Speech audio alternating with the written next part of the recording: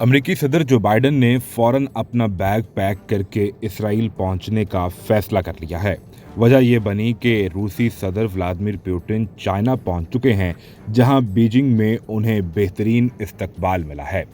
इस हवाले से अब मगरिब के अंदर यानी अमरीका बहादुर के अंदर बहुत परेशानी पाई जाती है कि चीन और रूस आपस में मिलकर कहीं इस इसराइल के मामले पर अमरीका के सामने खड़े ना हो जाएं और पुतिन के चाइना पहुंचने के बाद दोनों ने मिलकर इसराइल को जो पैगाम दिया है, इस नए इत्तेहाद ने पूरी मगरबी कुव्वतों नेटो फोर्सेस को परेशान कर दिया है। व्लादिमीर पुतिन इससे पहले चीनी सदर शी जिनपिंग से आखिरी दफ़ा उस वक्त मिले जब गुज़िश्ता साल विंटर ओलंपिक्स का इफ्तिताह किया गया। इस मौके पर कोविड के प्रोटोकॉल्स को भी बहुत ख़ास तौर पर मलहूज़े खातिर रखा गया था। लेकिन अब जो वीडियो सामने आई हैं जहां चीनी हुक्काम रूसी सदर व्लादिमीर पुतिन का इस्तकबाल कर रहे हैं, ये कोविड वायरस के बाद शायद चंद मौक़ों में से एक मौका होगा जब चाइनीज़ हुकाम ने कोविड के प्रोटोकॉल्स को बिल्कुल मलहूज़े खातिर नहीं रखा, उन पर अमल नहीं किया, बल्कि बराह रास्त हाथ मिलाया, रूसी सदर व्लादिमीर पुतिन से गले भी मिले। और इस वक्त चाइनीज़ मीडिया की जानिब से मुसलसल इस पूरे टूर को शदीद तरीन कवरेज दी जा रही है और बताया जा रहा है कि ये हमारी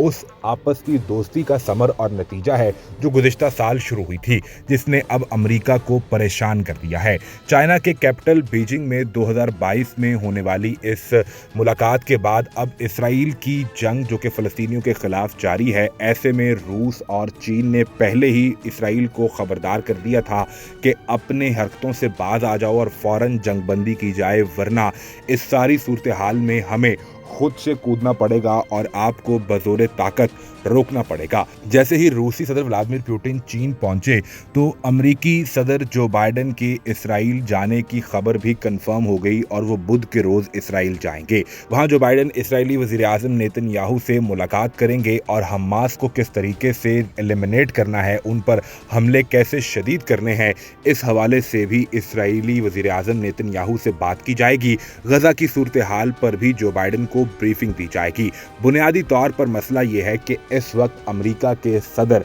जो बाइडन के लिए सबसे बड़ी परेशानी ये है कि जैसे रूस ने यूक्रेन पर हमला किया और अब तक अमेरिका यूक्रेन को प्रोटेक्ट नहीं कर पा रहा, कहीं दूसरा महाज इसराइल के खिलाफ ना खुल जाए और अमेरिका के दोनों बगल बच्चे ही इसकी जद में ना आ जाएं।